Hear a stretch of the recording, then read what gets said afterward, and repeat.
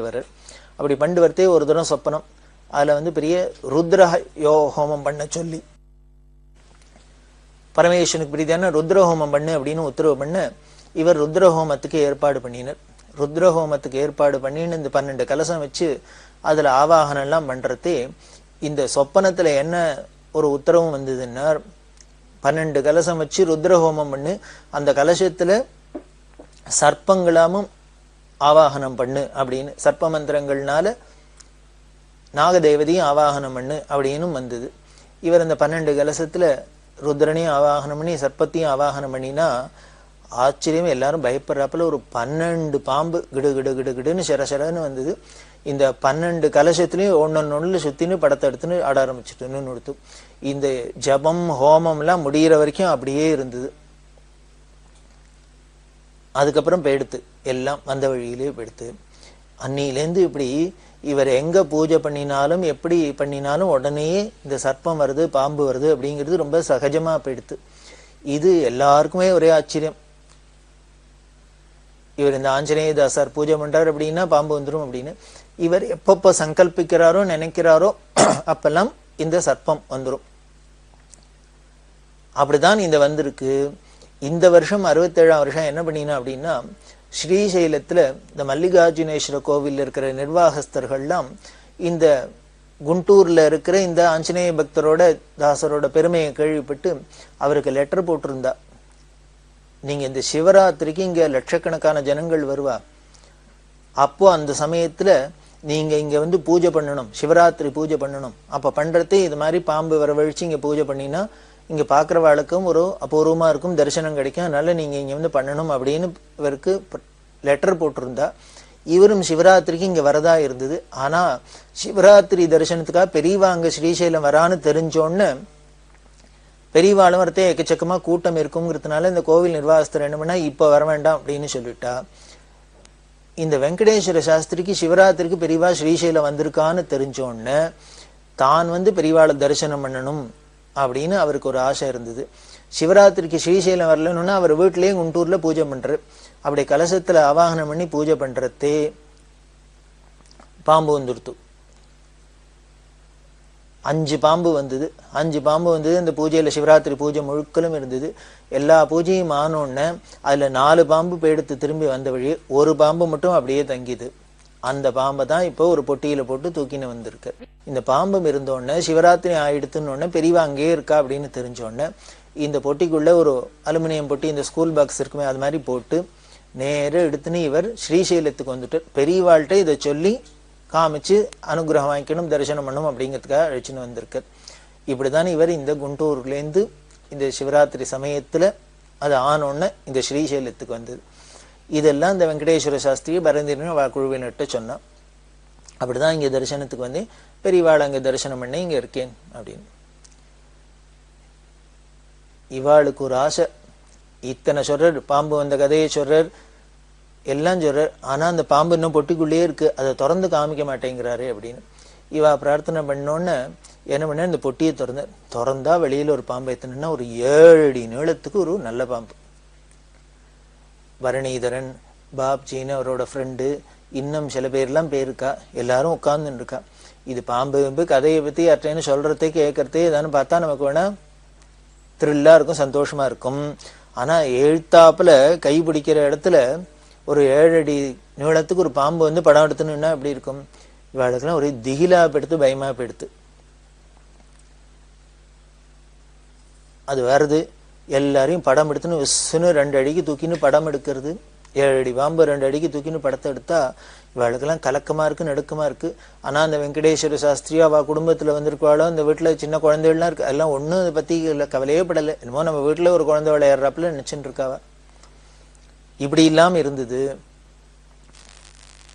பார்த்தது இவ வந்திருக்கிறவாளோட இந்த ஒருத்தர் மேல எல்லாம் ஏறுறது, மடியில இறங்குறது, இவாள்லாம் நடுங்கின்னு இருக்கா. அது பாட்டுக்கு சர்வ சகஜமா போறது. இப்படி பார்க்க பார்க்க என்ன ஆயிடுத்து, அவர் சொன்னார், எல்லாம் பயப்படாதீங்க, ஒண்ணும் இல்லை, இது நல்ல பாம்பு தான் அப்படின்னார். நிஜமாவே நல்ல பாம்புங்கிறோம், இது நிஜமாவே நல்ல பாம்பா இருந்தது. ஒத்தனையும் ஒண்ணும் பண்ணல, ரொம்ப சர்வ சகஜமா இருந்தது. அப்படி தூக்கி படத்தை எடுத்து பாக்குறது, கண்ணை சிமிட்டி பாக்குறது, நாக்க உள்ள எடுத்துக்கிறது, வெளியில இருக்கிறது, இப்படிலாம் இவாளு கொஞ்ச நேரம் பார்த்தோன்னே பரணிதரன் இவாளுக்கு எல்லாமே ஒரு மாதிரி ஒரு அந்த பயம்ங்கிறது கொஞ்சம் குறைஞ்சு, அந்த திகில் குறைஞ்சு கொஞ்சம் அடங்கித்து. அதுக்கப்புறம் இப்படி பழகின்னு இருக்கிறதே பார்த்துட்டு இருக்கிறதே அவர் என்ன பண்ணினார், பாட ஆரம்பிச்சுட்டார். அந்த அனுமந்ததாசர் சங்கர சிவா சங்கர சிவா சம்போ சங்கர சங்கர சிவா சங்கர சிவா சங்கர சிவா சம்போ மகாதேவ சங்கர சிவான்னு தாளம் போட்டுன்னு பாட ஆரம்பிச்சுட்டார். அவர் பாட ஆரம்பிச்சு அந்த பாம்பு சொரன்னு திரும்பி அவரை பார்க்கறது. உடனே அவர் சொன்ன நீங்களும் பாடுங்கன்னு இவாள்லாம் சொன்னார். இவாளும் உடனே கையை தட்டுன்னு பாட ஆரம்பிச்சுட்டா. வேடிக்கை என்ன அப்படின்னா, நம்ம ஒரு பயபீதியில இருக்கிறது யாரும் எதை சொன்னாலும் கேட்போம். நம்ம ரோட்லாம் அந்த தம்மங்குத்தாடி அப்படின்லாம் சொல்லி அவள் வித்தையெல்லாம் பண்ணி காமிப்பா. அதே மாதிரி இந்த இந்திரஜாலங்கள்லாம் கண்கட்டு வித்தையெல்லாம் பண்ணி காமிப்பா. அவள் என்ன பண்ணுவா, சிலது ஏதானு சொல்லுவா இருக்கிற அந்த ஆடியன்ஸ் எல்லாம் பார்த்து, நீங்களாம் அதை சொல்லுங்கோ, கையை தட்டுங்கோ, அத்தை பண்ணுங்கோ, இத்தை பண்ணுங்கோ, அப்படி இல்லைன்னா ரத்தமா வாந்தி எடுக்கும், இது மாதிரிலாம் ஏதானு சொன்னா நமக்கு பயத்திலே பண்ண ஆரம்பிச்சிரும். அதை போலதான் போல இருக்கு. இவாளும் என்ன பண்ணினா, அவர் பாடுற கையை தட்டின்னு நீங்களும் பாடுங்கன்னு எல்லாரும் கையை தட்டின்னு பாட ஆரம்பிச்சுட்டா, சங்கர சிவா சங்கர சிவான்னு. இது உடனே இவாள்லாம் இப்படி திரும்பி திரும்பி பார்த்தது. அப்படின்னு உடனே தலையை கீழே போட்டுது.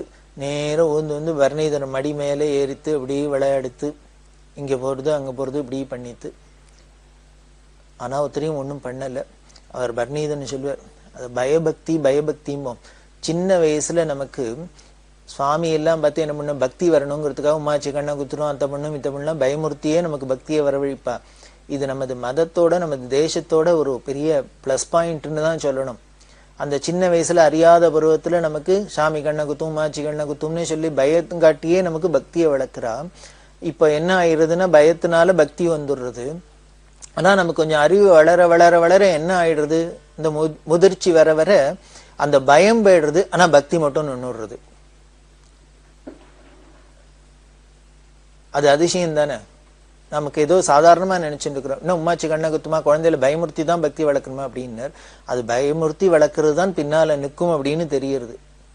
ஏன்னா அந்த சமயத்துல போய் உங்களுக்கு எப்படி உள்ளுக்குள்ள பக்தியை புகுத்தலாம் அப்படின்னா, ஒரு பயத்து மூலியமா தான் புகுத்தலாம். எதுவா இருந்தாலும் நமக்கு குழந்தைகளுக்கு ஒரு பயங்காட்டியே சொல்றதுக்கு காரணம் இப்படிதான் இருக்கும் போல இருக்கு. அதுதானே இவரும் சொல்ற பரணிதரனும். அப்படி சின்ன வயசுல பயத்தை காட்டி பக்தியை வளர்க்குறா. ஆனா நமக்கு அறிவு வளர வளர பயம் போயிடுறது, தெளிவு ஏற்பட்டுருது. ஆனா பக்தி மட்டும் போகல கூட, அதுவும் நம்மள்கிட்டயே தங்கிடுது. அதை போலதான் பயபக்தி பயபக்தின்னு அதனால தான் சொல்ல போல இருக்கு. ஆனா இங்க பார்த்தீங்கன்னா இந்த பாம்பு மடியில ஏறுறது, எத்தாப்புல கையேற்ற தூரத்துல படம் எடுத்து நிற்கிறது ஒரு 7 அடி பாம்புன்னு நிஜமாவே பயங்கலந்த பக்தியா தான் இருந்தது. ஆனால் அது ரசித்த நேரம் ஆக ஆக ஆக அது நம்மளை பார்க்க, நம்ம அதையே பார்க்க பார்க்க நம்மளை அறியாத ஒரு உணர்வு, உள்ளுணர்வு ஏற்பட்டுது. என்னென்ன, நமக்குள்ள இருக்கிற ஆத்மாவும் அதுக்குள்ள இருக்கிற ஆத்மாவும் ஒண்ணுதான் அப்படிங்கிறாப்புல ஒரு அந்யோன்ய பாவம். நமக்கு அத்வைதம்னா சித்தாந்தம்லாம் பெருசா தெரியலன்னா கூட நம்மள அறியாத என்னமோ ஒரு உள்ளுணர்வு, இதெல்லாம் ஒரு நமக்கு ஒரு சின்ன அளவிலையான அனுபவமா கொடுக்குறாப்புல இருந்தது. அதைத்தான் பார்த்து அந்த பாம்பையும் நேர பார்த்தோன்னு எங்களுக்கு அப்படி ஒரு ஆச்சரியமான பயங்கலந்த அனுபவம் கிடைச்சது அப்படின்னு. அந்த ஸ்ரீசைலத்துல போய் இப்படி கிடைச்சது, இந்த அனுபவம் மறக்க முடியாத ஒரு நிகழ்ச்சி அப்படின்னு அவர் சொல்றார். அதுக்கப்புறம் அந்த பாம்பை என்ன ஆயிடுத்துனர், பழையபடி பெட்டிக்குள்ளேயே போய் படுத்துன்னு கொடுத்து. அது பொட்டி பாம்பு அப்படிங்கிறாப்புல பொட்டி பாம்பா இருக்கு, வெளியில வந்தாலும் ரொம்ப ஃப்ரெண்டா இருந்தது அப்படிங்கிறது ஆச்சரியம். அதுக்கப்புறம் அந்த ஆஞ்சநேய பக்தர் சொல்லியிருக்க, இந்த பாம்புன்னு இதை நினைச்சுக்காதீங்கோ, இது ஆஞ்சநேயரோட அனுகிரகத்தினால அவரோட ஆக்ஞையினால வருது. அந்த பஞ்சமுக ஆஞ்சநேயரா இருக்கார், அதுலயே அவருக்கு கருட முகம்லாம் இருக்கு. அதனால இங்க ஒண்ணுமே பண்ணாது. இது வரைக்கும் யாரையும் எதுவும் பண்ணினதில்லை. இது மாதிரி பல பாம்பு வந்திருக்கு. இவ உன்னை பார்த்ததுக்கே இப்படி இருக்கா. இவர் ருத்ரஹோமம் பண்றதே 12 பாம்பு வந்தது அப்படின்லாம் அவன் சொல்லியிருக்க. அப்படின்னா அப்ப எப்படி இருந்திருக்கும், நீங்க கூட இருந்த வாழ்க்கலாம் பார்த்த வாழ்க்கலாம். ஆனா ஒருத்தருக்கும் ஒண்ணும் இல்லை. அது முதல்ல பாக்குறதே திடுக்குன்னு ஒரு பயம் இருக்குமே வழிய, கொஞ்சம் நேரம் ஆக ஆக அது ஏதோ நம்ம விட்டு குழந்தை மாதிரி நம்மள ஒருத்தர் மாதிரி பழகிறாப்புல ஆயிடும் அப்படின்னு சொல்றோம். ரிஷிகள்லாம் அப்படித்தான் இருந்திருக்கா, மகான்கள்லாம் அப்படித்தான் இருந்திருக்கா. அவ மேல பாம்பு ஊந்துன்னு போறது இல்லாம பெரியவா அப்படித்தான் ஒரு இடத்துல கேம்ப்ல இருக்கிறதே செவத்துல சாஞ்சின்னு ஜபம் பண்ணிட்டு இருக்கா, அனுஷ்டானம் பண்ணிட்டு இருக்கா. மேல ஒரு ஜன்னல், இந்த ஜன்னல்லேருந்து ஒரு பெரிய சர்ப்பம் வந்தது. பெரியவா முதுபக்கமா இப்படி ஊறுறது இருது எல்லாம் பண்றது. கீழே இறங்கின்னு இருக்கு. ஸ்ரீகண்டன்னு பெரியவாள்கிட்ட கைங்கரியம் பண்ணியிருந்தவர். அவர் பார்த்துட்டு அவர் கத்தினா என்ன பண்றதுன்னு கத்துறது கூட பயமா இருக்கு, திக்கிட்டு நிக்கிறது. பெரியவாளை ஏதானும் பண்ணிடுமோ அப்படின்ட்டு இவ ஏதானும் கூடையை கொண்டு வந்து முடலாம் இடலாம் அப்படின்னா அது பாட்டுக்கு சர்வ சகஜமா போயிடுத்து. பெரியவாளும் சர்வ சகஜமா இருந்துட்டா. இது ஞானிகளுக்கு தான் நடக்கிறது அப்படின்னு பார்க்கிறோம். ஏன்னா அவளுக்கு அன்பு மயமா இருக்கிறதுனால அந்த அன்புக்கு வசப்பட்டு இந்த பாம்பெல்லாமும் துஷ்ட ஒரு குணம் உள்ள சுபாவம் உள்ளதெல்லாம் கூட ரொம்ப சகஜமா இருக்கு அப்படிங்கிறது பார்க்கிறோம். அதை போலதான் இங்க நாம பழகிற விதத்துல தான் இருக்கு அப்படின்னு தெரியுது. யாரும் மனுஷாளுக்கூடயே நமக்கு பழக தெரியல, அப்புறம்னா இதை மாதிரி மற்ற ஜீவராசிகள்தான் பழகிறதுக்கு நமக்கு வரப்போறது. அப்படி நமக்கு பழக்கம்ங்கிறது நல்ல பழக்கம் வரணும். நாம நல்லவாளா இருந்தா நம்ம எல்லாருக்கும் நல்லவாளா இருப்போம், எல்லாரும் நமக்கும் நல்லவாளா இருப்பா. அதெல்லாம் தான் இந்த விஷயங்கள்லாம் நமக்கு சொல்லித் தருது. இது வரணும் அப்படின்னா அதுக்கு பெரிய அனுகிரகம் இருக்கு. ஸ்ரீசைலத்துல பரணீதரன் இந்த அனுபவத்தை சொல்றதே பயபக்தி அப்படிங்கிறதோட பொருளை ஓரளவுக்கு நான் அனுபவபூர்வமா உணர்ந்தேன். இது வெறும் வார்த்தையா நமக்கு காதுல ஒலிக்காத அதோட அர்த்தத்தை நமக்கு அனுபவத்துல பாக்குறாப்புல இருந்தது அப்படி இல்லாம சொல்ற. அப்படித்தான் இந்த வெங்கடேஸ்வர சாஸ்திரிங்கிற பாம்போட பெரியவாள்கிட்ட தரிசனம் பண்ணினார் அப்படின்னு. இந்த வெங்கடேஸ்வர சாஸ்திரியோட தபஸு, அவரோட மந்திர சித்தி, அவரே பேர் பெற்றவர், பெரியவர் அப்படின்னு தெரியுது. அவர் பெரியவாங்க ஸ்ரீசைலத்துல இருக்கான்னு கேள்விப்பட்டு தரிசனம் பண்ணணும் அப்படின்னு ஆசைப்படுறாருன்னா பெரியவா பேர்பட்ட தபஸ்வியா இருப்பா அப்படிங்கிறது தெரியுது. பரணீதன் சொல்லுவார், இந்த பாம்பெல்லாம் பார்த்தோன்னே 1957 சென்னையில இருக்கிறதே பெரியவா தினம் உபன்யாசம்லாம் பண்ணியிருந்தா அப்படின்னு சொன்னோம். ஒரு நாளைக்கு பண்ணின உபன்யாசத்துல ஒரு ரசமான விஷயம் சொல்றா. இப்போ இந்த வெங்கடேஸ்வர சாஸ்திரிக்கு அவர் நினைக்கிறதையெல்லாம் கூப்பிடுறதையெல்லாம் பாம்பு வருது, அவர் எழுத்த எழுப்புக்கெல்லாம் வேலை செய்யறது, அது பாட்டுக்கு இருக்கு. இதெல்லாம் பார்க்கறதே நமக்கு ஒரு பிரமிப்பா இருக்கு. ஏன்னா நமக்கு பாம்புனாலே பயந்து நடுங்கின்னு ஓடுறதுனால வேற யாருக்கான இந்த பாம்பு ரொம்ப ஃப்ரெண்டா பழகித்துனா அது நமக்கு நம்பிக்கையா இல்லை. ஆனா இது முடியும் அப்படிங்கிறத இதோ இப்ப நம்ம கண்ணெதிர்க்கும் பார்த்தவா இருக்கா, இந்த அவரை பார்த்தவா இல்லாமும் இன்னமும் இருக்கா. இது பொய் இல்லை, கதை இல்லை. இப்படிதான் எப்போதும் முன்னால நடந்ததெல்லாமும் இருக்கலாம். புராணங்கள்ல சொல்றதோ இதிகாசங்கள்ல சொல்றதோ இது மாதிரி சொல்றது எல்லாமோ இப்படி நமக்கு நடக்கலைன்னா அப்போ நடந்திருக்காது அப்படின்னு நம்ம தீர்மானம் பண்ணணுங்கிற அவசியம் இல்லை. அதைத்தான் நம்ம ஏதோ பகுத்தறிவுன்னு தப்பா சொல்லிட்டு இருக்கோம். அதுக்கு பேர் பகுத்தறிவு இல்லை. எதை எடுத்தாலும் கண்ணுக்கு எதிர்க்க பார்க்கறது தான் உண்மை, மற்ற எல்லாம் பொய் அப்படின்னா அது பகுத்தறிவோட சேர்ந்துக்காது. நடக்கவும் நடந்திருக்கலாம். அது எப்படி வந்தது, யாரு சொல்றா என்னங்கிறது அது தராதரத்தை பார்த்து நாம தீர்மானம் பண்ணிக்கலாம். அப்ப 57 பெரியவா ஒரு நாளைக்கு உபன்யாசத்துல சொன்ன கதையை ரொம்ப சுவாரஸ்யமான கதை, பாம்பு கதை அப்படின்னா ஆச்சரியமான கதை. பெரியவா சின்ன வயசுல கேள்விப்பட்டாளாம். அதாவது ஒரு குடும்பம், அவளுக்கு தெரிஞ்ச குடும்பம், அந்த குடும்பத்துல ஸ்திரீகள்லாம் தாழம்பு வச்சுக்க மாட்டாளாம். இந்த ஸ்திரீகள்லாம் தாழம்பு வச்சு தைச்சுக்கிறது, தாழம்பு வச்சு பின்னிக்கிறது அப்படிங்கிறதுலாம் அந்த காலத்துலாம் பழக்கம். இப்போ அந்த மாதிரி பழக்கம் எல்லாமே விட்டு போயிடுத்து. மல்லியரும்பு சீசன்ல மல்லியரும்பு வச்சு தைச்சுக்கிறது, தாழம்புன்னா தாழம்பு வச்சு பின்னிக்கிறது எல்லாம் பண்ணுவா. ஏன்னா அந்த கேசம்லாம் வாசனையா இருக்கணும், சுகந்தமா இருக்கும் அப்படிங்கிறதுக்காக. இப்பெல்லாம் தான் என்னெல்லாமோ வாங்கி பூசிக்கிறதுனால இப்போ அந்த இயற்கையா வர மனங்களை நாம உடம்புல ஏத்திக்கிறது அப்படிங்கிறதெல்லாம் விட்டு போயிடுத்து. அந்த குடும்பத்துல உள்ள தாழம்பு வச்சுக்க மாட்டோம் அப்படின்னு சொன்னா ஏன் அப்படின்னா, இது மாதிரி எங்க வீட்டுல ஒரு தாழம்பு வச்சுக்கப்படாதுன்னு ஒரு சம்பிரதாயம், அதுக்கு ஒரு கதை இருக்கு, ஒரு காரணம் இருக்கு அப்படின்லாம் சொல்லியிருக்கா. அந்த கதையைத்தான் பெரியவா 57 தான் சின்ன வயசுல கேட்டதை இப்ப ஞாபகம் வச்சுன்னு சொல்றா. பெரியவா கதை சொன்னா கேட்பானே, என்னமோ நேரம் அப்படியே வீடியோ போட்டு காமிக்கிறாப்புல சொல்லுவா. ஒரு ஊர்ல ஒரு அம்மாக்கு குழந்தை பிறந்தது. என்ன குழந்தைன்னா பெரிய பாம்பு குழந்தையா பிறந்தது. புராணங்கள்ல கேட்கிறோம். புராணங்கள்ல காஷ்யபர் அப்படின்னு ஒரு ரிஷி, அந்த காஷ்யபருக்கு வினத கர்த்திரு அப்படின்னு 2 சம்சாரம். இந்த 2 சம்சாரத்துக்கும் குழந்தை பிறந்தது. அந்த வினதைக்கு பிறந்தவர் தான் கருடன்கிற பட்சி, கருடன். அதனாலதான் வினதைங்கிற தாயாருக்கு பிறந்ததுனாலே அவருக்கு வைனதையன் அப்படின்னு பேரு. இந்த ஒரு மனைவிக்கு வினதைக்கு கருடன் பிறந்தார். இன்னொரு மனைவி கர்த்திருக்கு என்ன பிறந்ததுன்னு சர்ப்பங்கள்லாம் பிறந்தது, பாம்பெல்லாம் குழந்தையா பிறந்தது. நாகராஜன் அப்படின்லாம் சொல்றோம். இது மாதிரி அதுகள்லாம் அவளுக்கு குழந்தையா பிறந்தது அப்படின்னு புராணங்கள்ல சொல்றோம். அதுக்கு இது ஒருத்தருக்கு ஒருத்தர் சக்களத்திகள் பிள்ளைகளா இருந்ததுனாலே இந்த தாயாருக்கு ஒருத்தருக்கு ஒருத்தர் விரோதம் இருந்தாலே குழந்தைகளையும் அதே இடத்துல ட்ரெயின் பண்றாப்பலதான் இந்த கருடனுக்கும் பாம்புக்கும் ஏன் இவ்வளவு விரோதம், ஒண்ணுக்கு ஒண்ணு விரோதி அப்படின்னு பார்த்தா அதுக்கு இந்த புராணத்துல இப்படி சொல்றது. இந்த வினதியும் கர்த்தரும் ஒருத்தருக்கு ஒருத்தர் விரோதம் பாராட்டினதுனால அந்த குழந்தைகளும் அப்படியே இருந்தது அப்படின்னு இது ஏதோ புராணத்துல படிக்கிறோம். ஆனால் இப்போ பார்த்தா ஒரு கிராமத்துல ஒரு அம்மாவுக்கு குழந்தை பிறந்திருக்கு. அது என்னன்னா பாம்பா பிறந்துருத்து. பாம்பா குழந்தையா பிறந்தா தாயார் இல்லையோ என்னதான் இருந்தாலும் பெத்த வயிறாச்சு பாசமாச்சு பெத்த பாசம். இந்த பாம்பையும் பாலூட்டி வளர்க்கிறா. வளர்த்தா இது பாம்புன்னா குழந்தை மாதிரியே இருக்கு. அதுக்கு பேர் வச்சிருந்தா நாகராஜன் அப்படின்னு. என்ன பேர் வைக்கிறது? நாகராஜன் பேர் வச்சா. இது நாகராஜன் கூப்பிட்டா திரும்பி பார்க்குமா? இப்படி எல்லாம் அது வளர்ந்துட்டு வருது. அப்படி வளர்ந்துன்னு வர அந்த குழந்தைக்கு இது சகஜமா போயிடுத்து. முதல்ல வேணா பயமா இருக்கலாம், அப்புறம் வீட்டுல எல்லாருக்கும் பயந்து போயிடுத்து, சகஜமா போயிடுத்து. ஆனா இது வெளியில சொல்றதுக்கு இந்த அம்மாவுக்கு சங்கோஜம் வெக்கம். அப்படியே வீட்டுக்குள்ளேயே வச்சு வளர்ந்துன்னு இருக்கா. அது வீட்டுல கூடத்துல ஒரு அந்த கல்லோரல் அப்படின்பா அது மாதிரி ஒரு பள்ளம் இருக்கும்.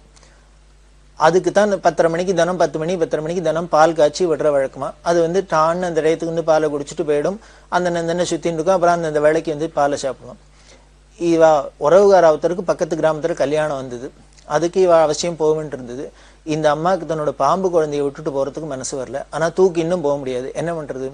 வீட்டுல வயசான கழுவி அந்த அம்மாட்ட சொல்லிட்டு போயிருந்தா, நீ பாம்பை பத்திரமா குழந்தைய பார்த்துக்கோ, நான் கல்யாணத்துக்கு போயிட்டு வந்துடுறேன் அப்படின்னு. அவ அந்தண்ட போயிருக்கா. இந்த கழுவி கொஞ்சம் அறகுறை கண்ணு தெரியாது இல்லையா, வயசானது. அதனால மொள்ளதான் காரியம் செய்யறா. மறுநாளை கார்த்தால இந்த 10:30 மணி 10 மணி வாக்குல இந்த பாம்பு வந்தது சாப்பிட்றதுக்கு. பார்த்தா குழியில பாலை காணும். வெயிட் பண்ணி பார்த்தது மத்தியானம் கிட்டத்தட்ட 1 மணி ஆக போறது, இன்னும் பால் விடல. அது என்ன பண்ணிது, சோர்ந்து போய் அந்த குழிக்குள்ளேயே சுருண்டுன்னு படுத்துன்னு கொடுத்தோம். இந்த 1 மணிக்கு இந்த கழுவிக்கு ஞாபகம் வந்து வேலையெல்லாம் முடிச்சிடணும். உடனே ஆஹா பாம்புக்கு பால் விடணுமே அப்படின்ட்டு என்ன பண்ணா, அடுப்புல பாலை காய்ச்சினா சூடா கொண்டு கொதிக்க பாலை அந்த குழிக்குள்ள விட்டா. அவ அம்மாவா இருந்தா என்ன பண்ணா, பாலை காய்ச்சி இது பதமா ஆற வச்சு குழியில கொண்டு விட்டு எல்லாம் பண்ற வழக்கம். இந்த கழுவிக்கு அந்த புல்லுக்குள்ள சுருண்டு படுத்துன்னு தெரியல. அப்படியே கொதிக்கிற பாலை விட்டா அது அந்த பாம்பு காலமாயிடுது. பரிதாபமா இது போயிடுத்து.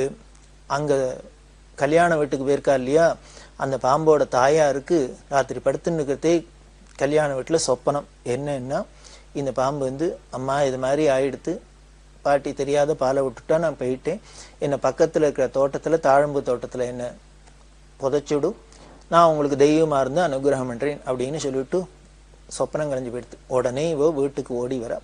ஓடி அதே மாதிரியே பார்த்தா குழந்தைய என்னதான் இருந்தாலும் வருத்தப்பட்டா.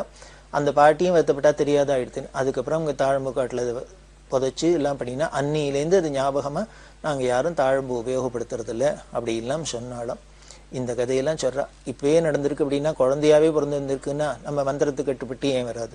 அப்படிதான் இருக்கு. பெரியவா சொல்றா, இது பொய் இல்லைங்குது அப்புறம் தெரிஞ்சது.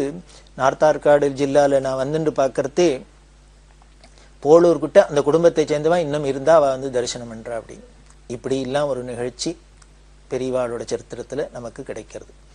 தொடர்ந்து பார்க்கலாம்.